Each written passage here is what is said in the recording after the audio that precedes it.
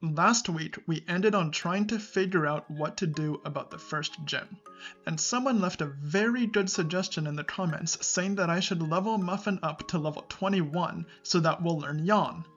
Unfortunately, I didn't have time to get all the way to 21 and only got to 20, but one off is close enough, right?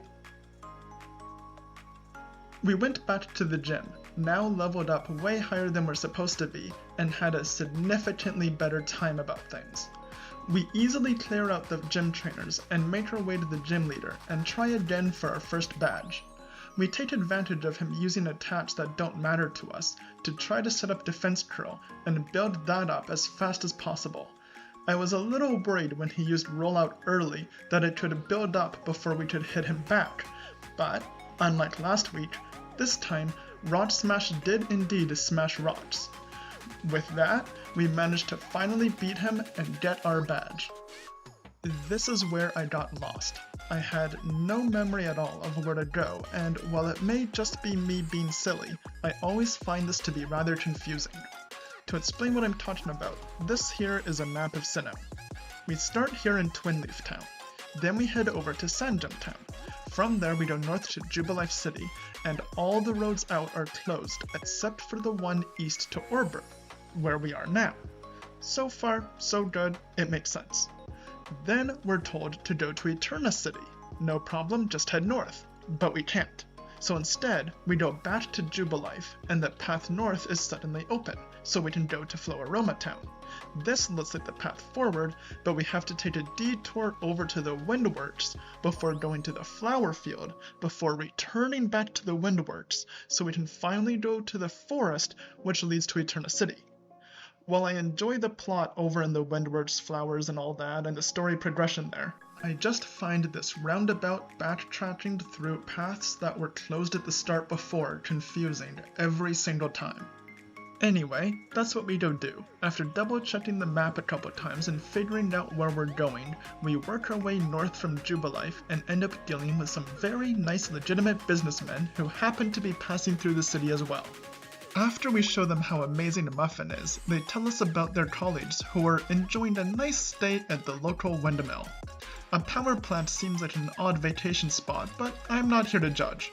We go meet their friends to show them how wonderful Muffin is as well, only to see they somehow managed to lock themselves inside the building. They asked us to go get the spare key from their friends for them. Their friends are in a huge field of flowers. Why were the other people in a big industrial building surrounded by turbines instead of joining them here just down the street enjoying the flowers?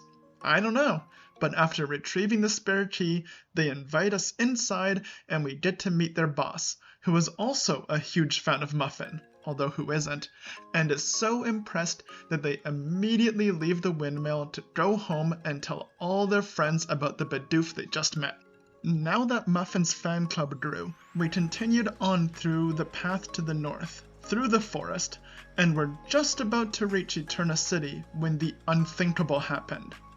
Muffin evolved, and my frantically spamming B to stop it didn't work, so we ended up with a Bibarel. This was not okay. Muffin is Muffin, and that's not Muffin.